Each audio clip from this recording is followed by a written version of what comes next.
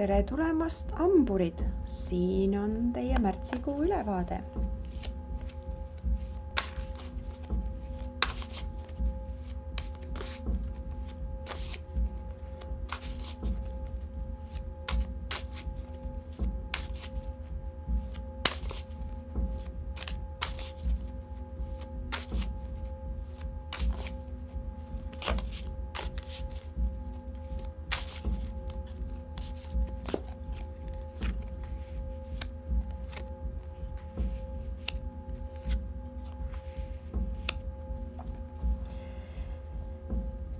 No nii, hamburid, teil sel kuul nii-öelda finantskindlus, mis teil on, tundub pigem selline illusioon. Te kujutate endale ette, et teil on rohkem, kui teil tegelikult on, või teil on stabiilsem olukord, kui teil tegelikult on. Ja see on otseselt põhjustatud sellest, kuidas te oma finantsidega käitute, ehk siis neid haldate.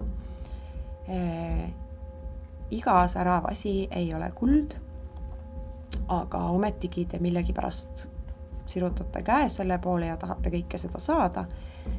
Ärge see kuu andke järgi igasugustele ahvatlustele kulutada. See kõigutab väga oluliselt teie nii-öelda stabiilset, enam-vähem stabiilset finantsolukorda ja lõppeb või päädib sellega, et te ainult kujutate ette, et teil on üleüldse finantsolukord, kuna nii-öelda miinus ületab plussi, ehk siis palun ärge võtke omale võlakoormust sel kuul, kaasa arvatud igasugused väikesed võlakoormused, mida igakuiselt väike summa maksta. Igasugused pikaajalised investeeringud, ükskõik mille ostmiseks või saamiseks, ei ole see kuu kohe kindlasti põhjendatud. Ehk siis kõik ei ole kuld, mis läigib ja teie ei pea kõike seda omama. Vaadake enda ümber, mis teil veel on peale materiaalsete väärtuste.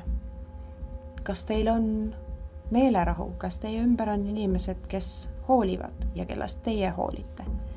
Proovige see kuu oma heaolu pigem läbi emotsionaalsete kogemuste saada, mitte raha eest ostetavate kogemuste. Aitäh ja olge hoitud!